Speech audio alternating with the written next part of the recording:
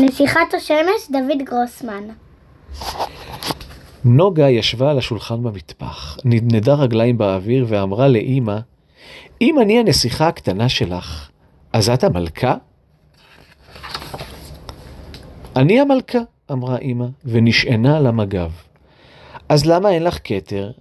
כי אני מלכה סודית, צחקה אמא, ונוגה התרגשה. מלכה סודית? גם אני רוצה להיות. יש לי תפקיד סודי בעולם, אמרה אמא. תגידי, נוגי, את חושבת שאת יכולה לשמור בלב סוד ממש סודי? ונוגה אמרה שכן, בטח היא יכולה, בבקשה תספרי לי. פעם אחת בשנה אני מלכת השמש, וזה יוצא במקרה בדיוק מחר. לא נכון, אמרה נוגה. נכון וחצי, אמרה אמא. סתם את אומרת, אמרה נוגה. כן, מחר, אמרה אמא. ובמשך כל היום, מהרגע שהשמש תזרח ועד שהיא תשקע. גם אני יכולה להיות מלכת השמש? שאלה נוגה שקצת האמינה וקצת לא. את יכולה להיות נסיכת השמש, אמרה אמא. אבל נצטרך לקום מוקדם מאוד. ולמחרת, לפני שהתחיל הבוקר, הן רכבו על האופניים. מלכת השמש מלפנים ונסיכת השמש מאחור. הן נסעו והרחובות היו חשוכים וריקים. וציפורי לילה גדולות התעופפו בלי קול, והעצים היו שחורים ורשרשו ברוח. ואיש אחד, גבוה ורזה, הלך בשדרה ונתן נשיקת לילה טוב לכל עץ ועץ. וכשנוגה ואמא עברו לידו, הוא הסתובב ונופף להן לאט לאט בכובע השחור שלו. ושלושה חתולים עם זנבות מורמים רצו פתאום לפני האופניים. וכשנוגה ואמא הגיעו אל גבעה קטנה מחוץ לעיר, הן ירדו מהאופניים, ונוגה הוציאה מתיק הגב שלה כתר זהב עם שפיצים, והניחה אותו על הראש. ואחר כך הוציאה גלימה סגולה עם כוכבים ולבשה אותה, ולבסוף הוציאה מהתיק את החליל שלה, שיהיה כשרביט. וכשנוגה גמרה להתכונן, אמא הביטה לשמיים, ושמה את הידיים מסביב לפה ולחשה. עלי, עלי, שמש שלי, עלי, עלי, שמש שלי. ונוגה התפלאה, עשתה בדיוק כמוה ולחשה. עלי, עלי, שמש שלי. ושום דבר לא קרה, השמיים נשארו שחורים, ורוח קרירה נשבה, ואמא לחשה שוב, ונוגה עזרה לה עוד פעם ועוד פעם ועוד, אבל הלילה היה עקשן גדול, והוא לא הרשה לשמש לעלות, ונוגה התחילה לרקוד, זה היה ריקוד שהיא המציאה. ברגע ההוא, באותו רגע, טם טקה טקה טקה טם, והיא נופפה בידיים וברגליים, וגלימת הנסיכה ריחפה מסביב לה, ואמא הביטה בה והתחילה לרקוד כמוה, טם טקה טקה טקה טם. בתוך הלילה האפל הן רקדו, והלילה לא ויתר, בכל הכוח הוא החביא את השמש עמוק בתוך החושך שלו, ונוגה חשבה פתאום, אולי תמיד יהיה לילה, והיא הפסיקה לרקוד והתחילה לנגן בחליל מנגינה שהיא המציאה באותו הרגע.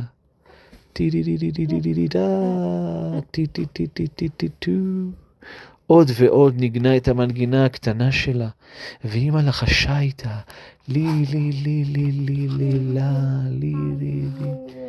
ואז בתוך החושך הגדול, מה הן ראו? בקצה השמיים קו בהיר ודק דק. ופתאום ציפור התחילה לצייץ, ואמא לחשה, אל תפסיקי נוגי. ונוגה לא הפסיקה, היא נגנה, והקו הבהיר שבקצה השמיים גדל וגדל.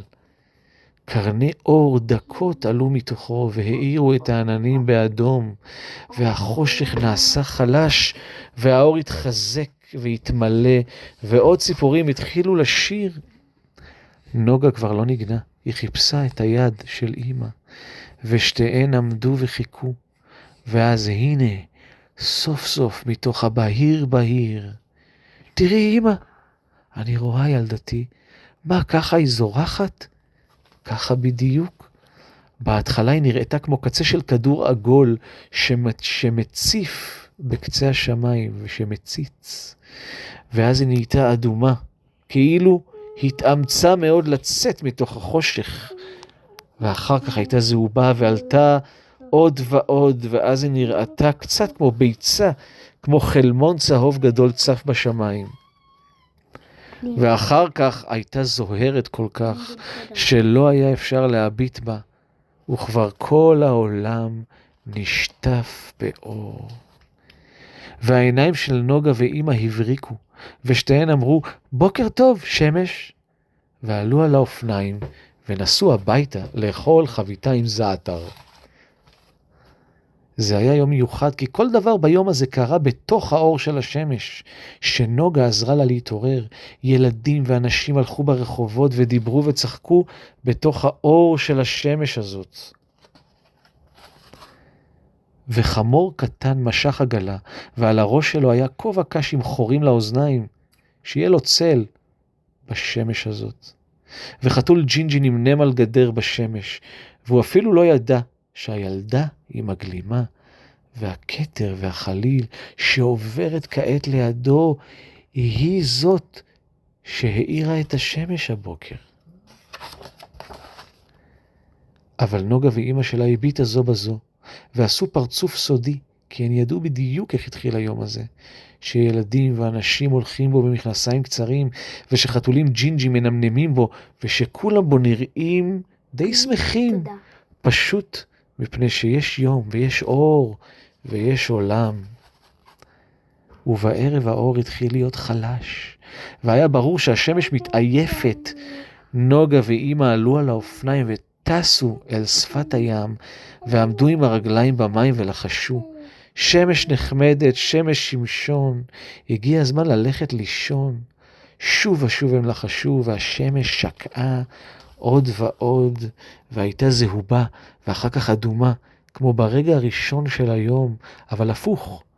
והיד של נוגה חיפשה את היד של אמא, והשמש נהייתה קטנה קטנטנה, עד שרק קווים דקים של אור אדום נשארו ממנה, קצת במים וקצת בשמיים, והתחיל הלילה.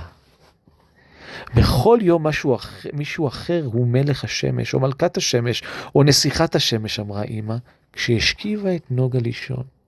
היום אני ואת היינו, לחשה נוגה, והעיניים שלה נעצמו. מעניין מי זה יהיה מחר, חשבה נוגה. אולי מחר זה יהיה, אולי זה יהיה, ונרדמה. תודה שצפיתם.